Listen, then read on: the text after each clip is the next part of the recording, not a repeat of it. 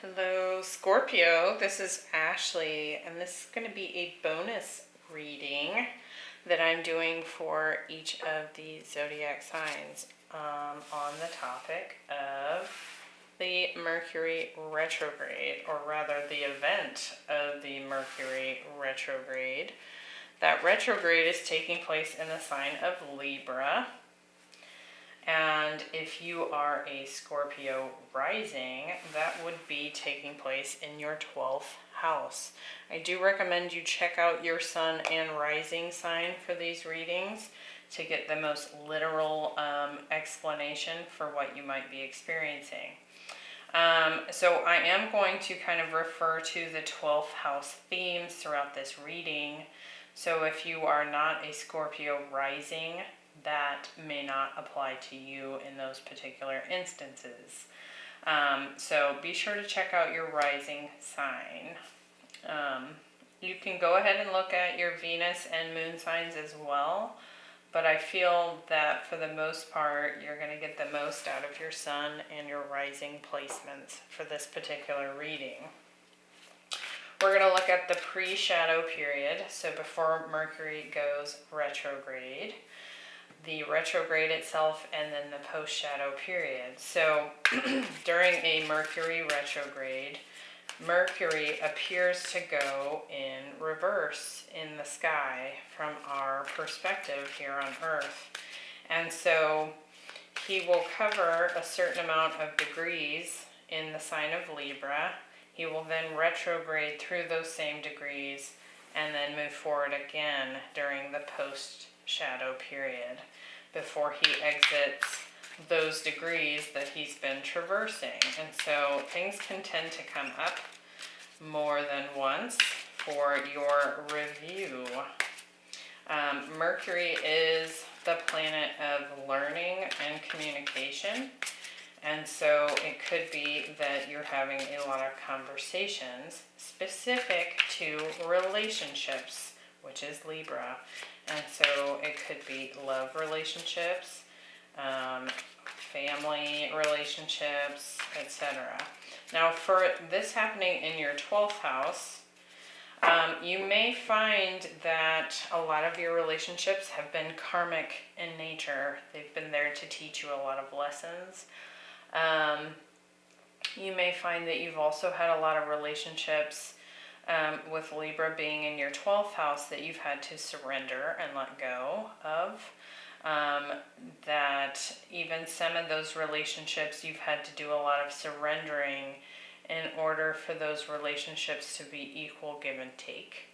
12th house is normally the house ruled by Pisces, so it's surrender, it's release, it's getting to that space in relationships where they're almost boundaryless, and so you may feel that your relationships are very deeply connected, and karmic, like I said. So we'll see how that 12th house might be popping up for you in this reading. Let's go and see what we got. And first thing out, the lovers. We have the 7 of Cups and the 4 of Pentacles, the Star, the Empress, and the 5 of Cups, the 5 of Pentacles, the 5 of Swords, and the Strength card.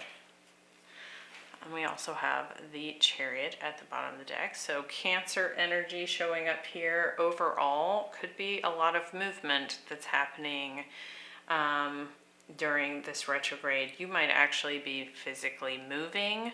There could be a feeling of a lot of speed, sort of like an overwhelming change coming in quickly.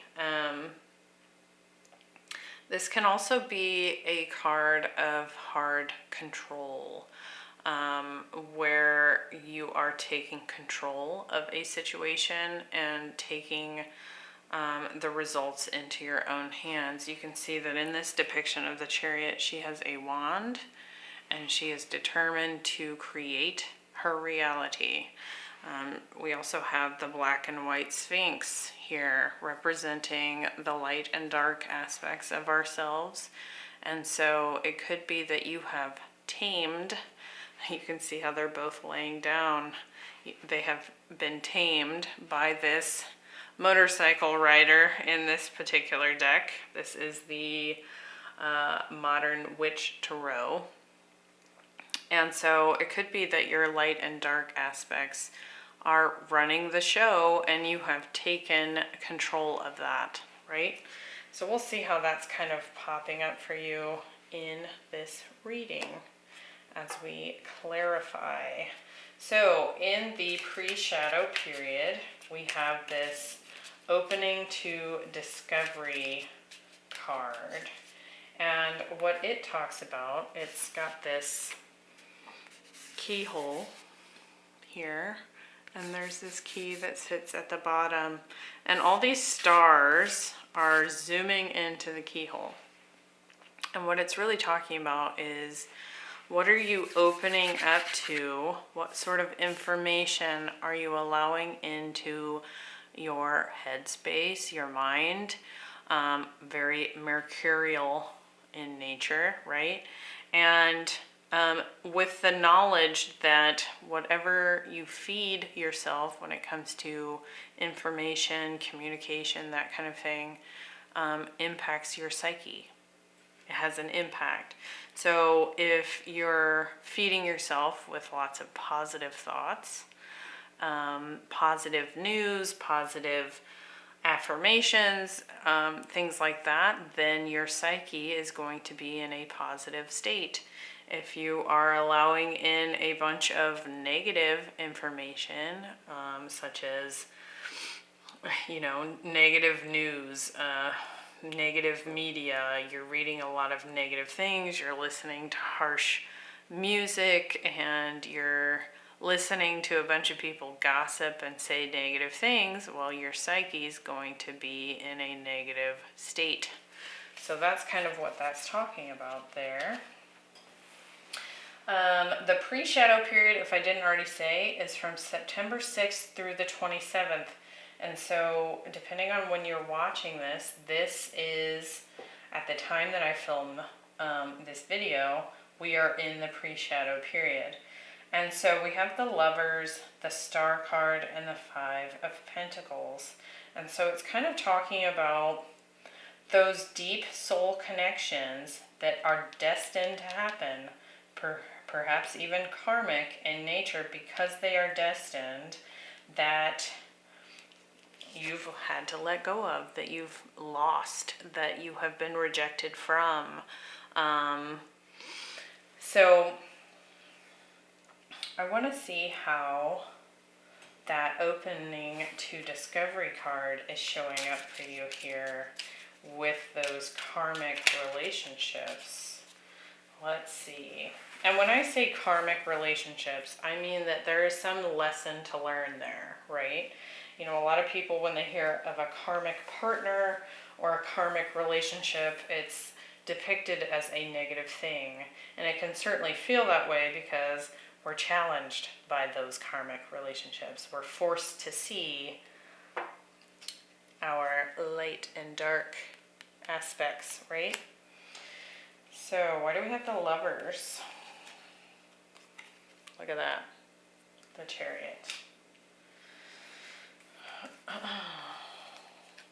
And the Ace of Swords. So very well could be having a new relationship come in here. Some new breakthrough, fast-moving relationship. Could be dealing with a Gemini, Cancer, Aquarius, Libra, Taurus, Leo is what I'm seeing so far. But I also feel like there's some kind of knowledge that has come to you as a result of the relationships that you have had. So let's see what the Star has to say. We have the Moon, so more Cancer energy, potentially Pisces, and the Ten of Cups. So some sort of destined relationship potentially coming in. Even one that you don't see coming or didn't see coming could be revealed. Could have even been around the time of that full moon in Pisces, which took place on the 20th of September. Let's look at this Five of Pentacles. We have the Two of Swords and the Sun card. It could very well be that you're afraid of rejection. You know, like we've been talking about, you have experienced that with karmic partners, and this destined relationship that comes in could be putting you at a bit of unease. You see how she is blindfolded and is covering her heart with her crossed arms. So you definitely have a decision here about whether or not you're going to let this person in. But I do feel like it is a very joyous and bright and happy, illuminating even situation. So very interesting start to the Mercury retrograde there, Scorpio. Let's see what's coming in during the retrograde itself. So that is taking place on the 27th of September and lasts until October 18th. And we have the Power of Purpose. Cancer also just got this card in the same position. So if you have any Cancer placements, it might be helpful to go watch that one, simply because this is showing up. I also think that that opening to discovery showed up in the Aquarius Mercury retrograde reading. So just so you know. So anyway, this Power of Purpose card, you can see that we have this target, archery target. It kind of also looks like a dartboard to me, but there's an arrow on the bullseye. So intense focus here. You have a mission, you have a purpose, you have something that you're intently focused upon and determined to hit that bullseye. So let's find out what that might be. We have the Seven of Cups, the Empress, and the Five of Swords. I think you're maybe trying to get to the bottom of this potential new person that's coming in. Could very well be that you have experienced deception and conflict in the past with some of these karmic partners that you've run into in this lifetime. And you want clarity on this. You're determined to know, is this the right choice for me? Is this going to be a lot of drama that I don't want to deal with? And I think you also want to know if this is a divine partner that is going to be a good counterpart for you. I also think with this Empress showing up, you want to know, is this going to bear fruit? Is this going to go anywhere? Is this worth my time? Is this, does this have potential? Or is it just another flop, right? So let's look into that a little deeper.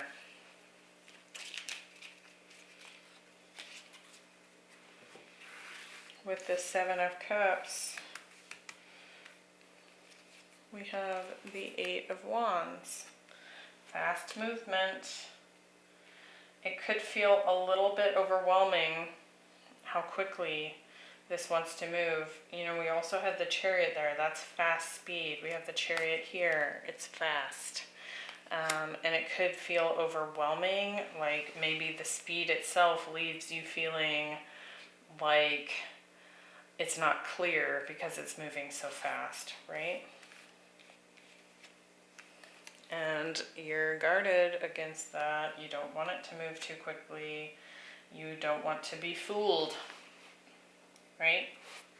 With the Empress, we have the Temperance card. You want to take it slow, You want to have patience. You want this person to be patient. And I think that you would like this to be a very healing experience and not one that is full of drama. You want it to be balanced. We have the scales here of Libra, really, on this card. Now, this is an earth sign card, but I mean, he is holding scales and he's deciding who and what am I going to put my efforts towards, my energy towards. You want this to be an equal give and take between you and this person. You want things to be fair, and you want it to be worth your effort. With the Five of Swords, we have the Three of Swords because you dealt with conflict, heartbreak, and I don't think you want any part of that. Right? You want a positive new love, not a mess, essentially. And I do feel like this feels positive. The Lovers, the Ace of Swords, the Ten of Cups, the Star, the Sun, the Ace of Cups. If I didn't say that already. The Ace of Cups. So it looks really good, but I think you're definitely being cautious about it. And you want to make sure you really want to see what is this person's intentions before things move too quickly, right? You don't want it to be, and look at the bottom of the deck, we have the Lovers.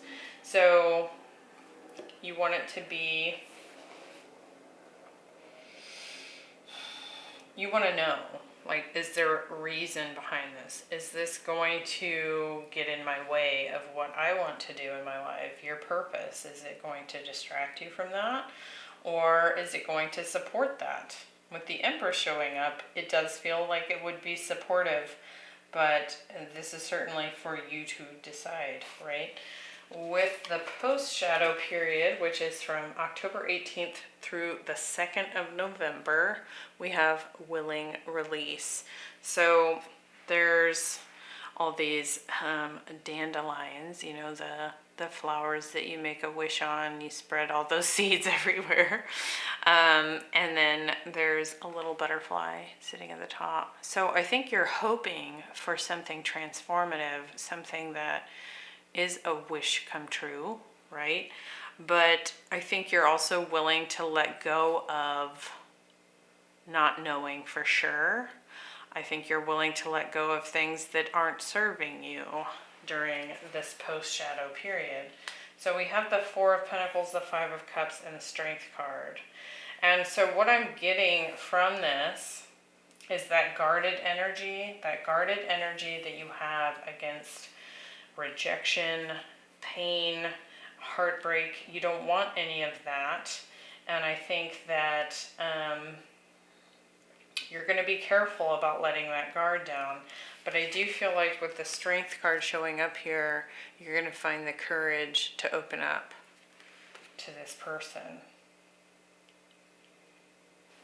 So let's see. Very intriguing.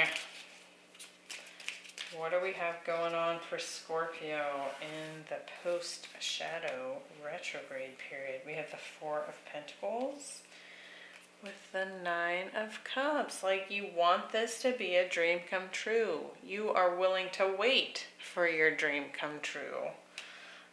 What was I just saying about that wish, right? We also have the Page of Wands. You don't want it to be foolish energy. You don't want it to be a player type energy.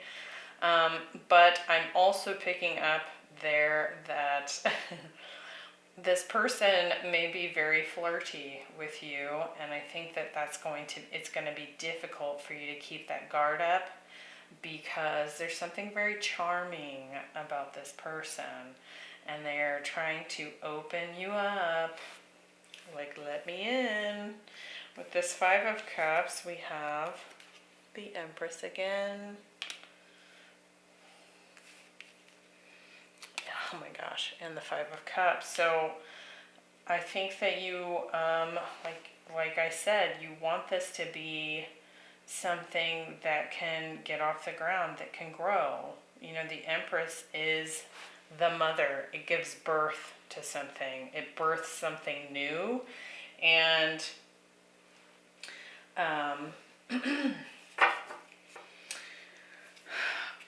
you've had these past situations that have not worked out. It's like you may have put in all the work and they never, you know, came to fruition. There was no harvest, which is also the Empress. It's the harvest. It's the, you know, the abundance at the end of putting in all this effort. But you know, on the Five of Cups in both depictions, they are looking at the spilled cups with regret. Like they fell over, the cups drained out. But what they're not seeing, it's easier to see in this one, is that there's a Two of Cups right behind them. And if they were to turn around and see this love option that's right here, they could walk over here, cross the bridge, get to that abundant city that's across this river. So there is emotional fulfillment right here. And so I think that with it coming up in this position, I think you're going to find that you're willing to let go of the regrets of the past and turn around and see those cups, because we have that willing release. You definitely have things that you want, but perhaps this person comes in and shows you those two cups that you haven't been seeing up until now. Let's see, why do we have strength? That's Leo energy. We have the Nine of Wands and the Six of Wands. So to me, that feels like you're willing to persevere and see what happens here. And that's super exciting, because you want victory. You want a relationship that is balanced, that works out. And I think you're willing to put in the work with that Nine of Wands. But you're bringing this wounded warrior energy into this relationship. You've been through the ringer when it comes to karmic partners, and that kind of those kind of relationships that leave you feeling rejected. But there's so much positive. There's so many positive cards coming out when it comes to a potential love situation here. I think you're going to go for it. I think you're going to open up and find that inner courage to do it.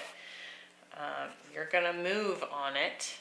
And I think you will have a victory here with this person. I think they're also going to recognize you.